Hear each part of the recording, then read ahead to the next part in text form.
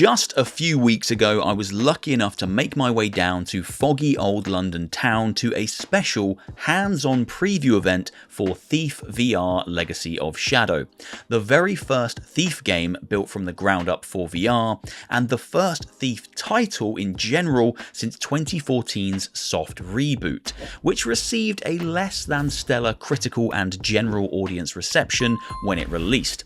Honestly, it was starting to feel like Thief as a franchise was dead in the water, left to go down as a series of 3 utterly classic, groundbreaking immersive sim games with one slightly wonky blemish at the end, which most people will likely choose to forget about.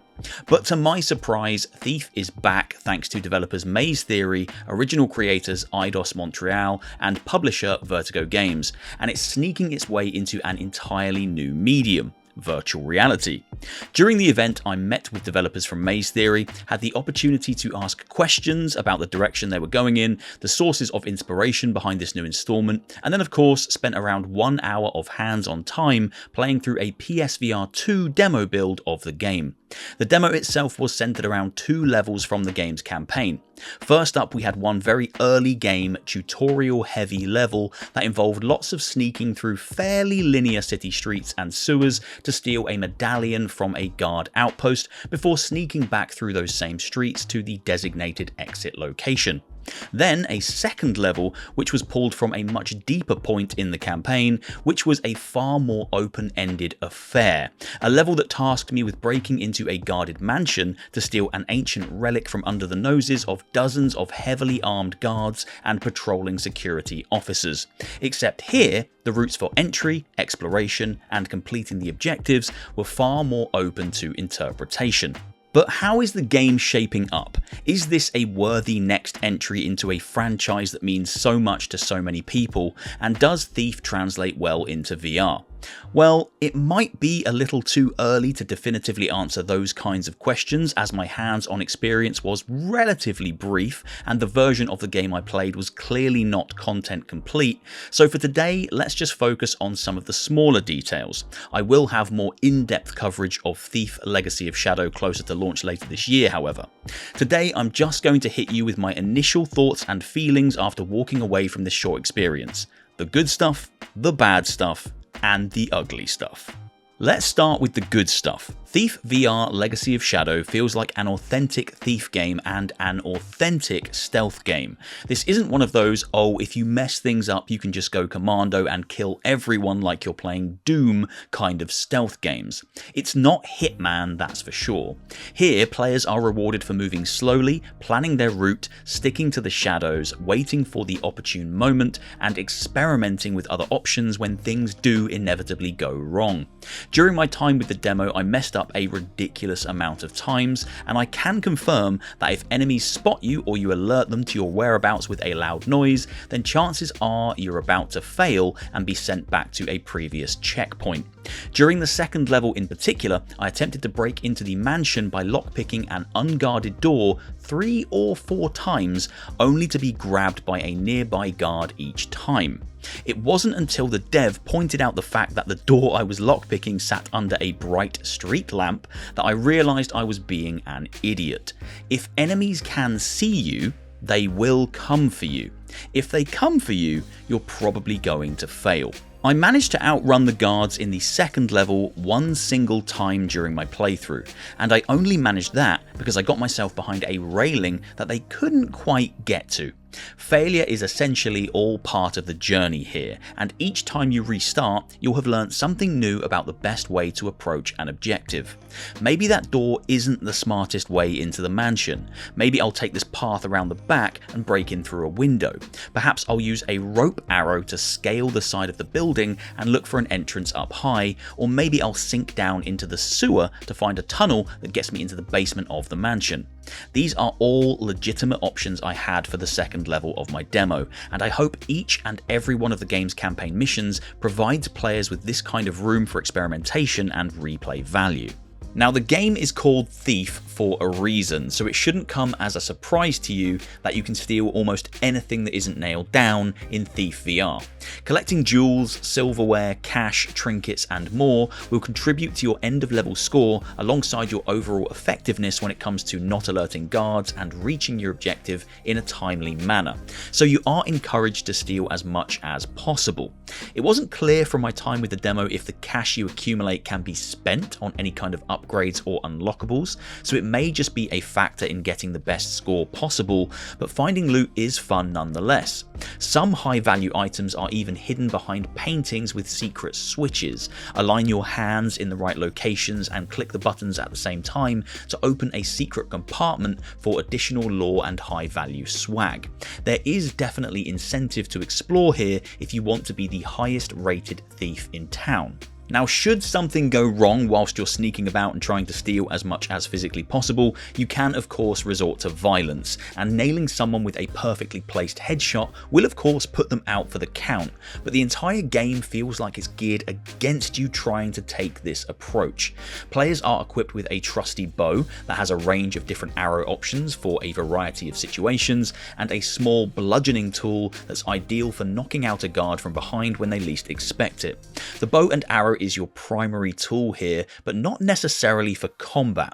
The different arrows that you can equip all lend themselves to trying different stealth approaches, and they work more as tools for distraction and infiltration than tools of destruction. Water arrows, for example, can put out fires that light up areas and make it easier for the guards to spot you.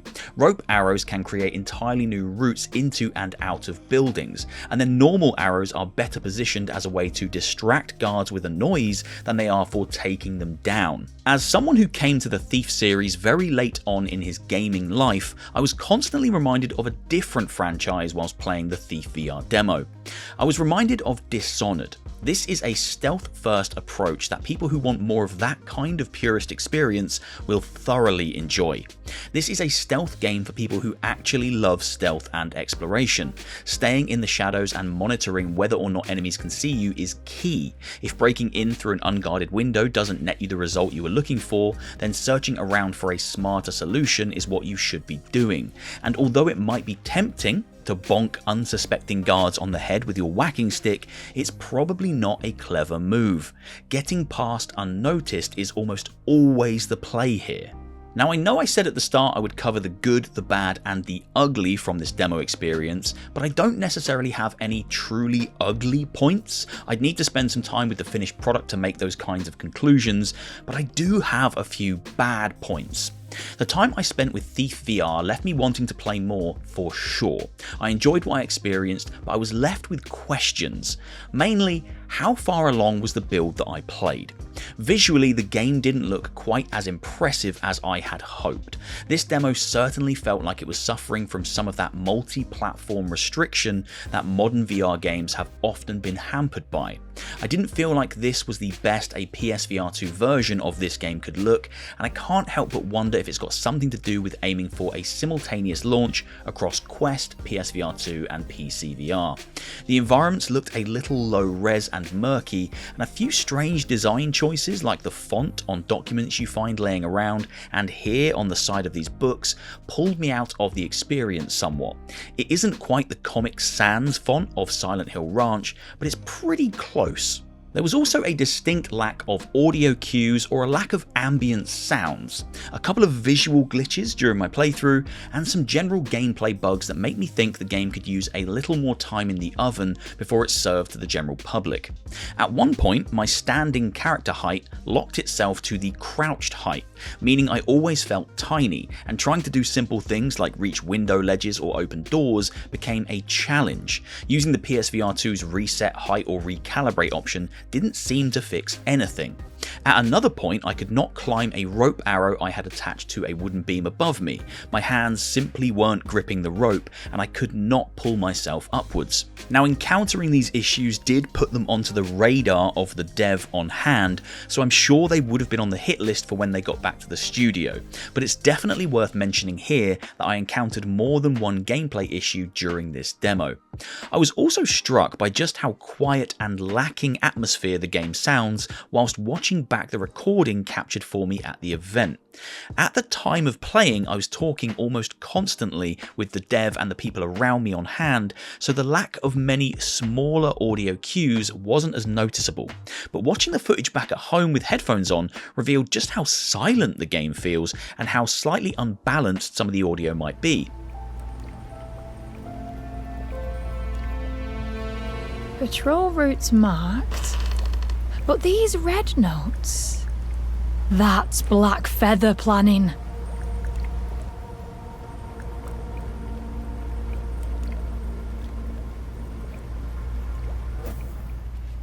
Whole city under boot leather and another curfew.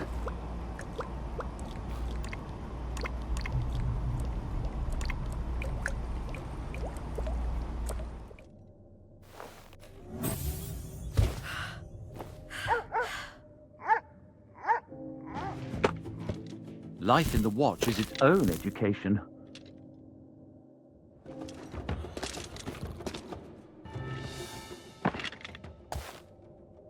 Let's see you dodge this! Your spine's weaker than your morals! Modern nights last forever.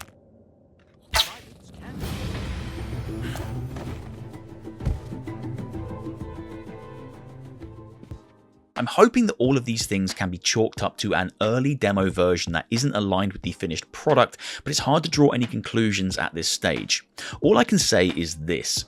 Thief VR is an authentic stealth game with a set of developers who want to deliver an experience true to the original trilogy of games. They care about these characters and they want to make good on this franchise.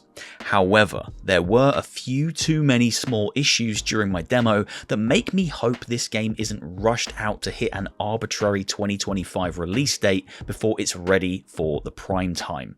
I'm confident these devs can deliver a fantastic experience. I just hope they have the time to do so.